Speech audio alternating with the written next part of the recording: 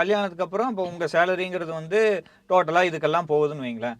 அப்ப அவங்க சம்பாத்தியங்கிறது அந்த குடும்பத்த பார்த்துக்கிறதுக்கு இந்த மீட்டர்ல அது அது வராதா? ஒர்க் ஆகல. இப்போ உங்களுக்கு ஒரு பொண்ணு புடிச்சிருக்கு. நீங்க கஷ்டப்பட்டு எல்லாத்தையும் கடன்ல இருக்கீங்க. எல்லாம் பண்ணிட்டீங்க. செட்டில் பண்றீங்க. அந்த பொண்ணுக்கு உங்களுடைய ஃபினான்ஷியல் ஸ்டேட்டஸ் தெரிஞ்சு அவங்க ஓகே சொல்லிட்டு அப்படி வரலாமே தவிர, ஒரு அரேஞ்ச் மேரேஜா பார்க்கும்போது பையன் மேலயும் குடும்பத்திலயும் இவ்வளவு கடன் இருக்கு. அவன் எப்படி பொண்ண வச்சு காப்பாத்துவான்? என் சினாரியோ நான் சொல்லணும்னா நான் மீடியால இருக்கேன். வெளியில இருந்து பார்க்கும்போது அன்ஸ்டேபிள் ஜாப் அப்படின்னு நினைச்சுப்பாங்க. எந்த ஜாப் இருந்தா அன்ஸ்டேபிள் இருக்கும், ஸ்டேபிளாவும் இருக்கலாம். ஜாப் இட்ஸ் காமன் தான். ஸோ மீடியால இருக்கான், கடன் இருக்கு, சொந்த வீடு இல்ல, அவன் இந்த கடன்லாம் போட்டு ஒரு வீடு வாங்கியிருக்கான், நாளைக்கே அவனுக்கு வேலையில் ஏதாவது சிக்கல்னா நீ என்னமா பண்ணுவ அப்படின்னு அவங்க அப்பாவே ஒரு பக்கம் பயத்தை கிளப்பி விட்டுருவாரு. அது பொண்ணுக்கும் யோசிக்கும், நான் எப்படி சம்பாரிச்சு இவனை எப்படி பார்த்துப்பேன், இவன் என்ன பண்ணுவான்னு தெரியலையேன்னு ஒரு தயக்கம் இருக்கும். ஜென்யூனா பிடிச்சிருந்தாலும் அவங்க கூட அந்த டிராவல் பண்ண முடியாம போகுது. End of the day money matters. இதோட ஃபுல் வீடியோ பார்க்க கீழே ஒரு ப்ளே பட்டன் இருக்கு, அதுக்கு பக்கத்துலயே ஒரு லிங்க் இருக்கு, அதை ஒரு நசுக்கி பாருங்க, நல்லா இருக்கும்.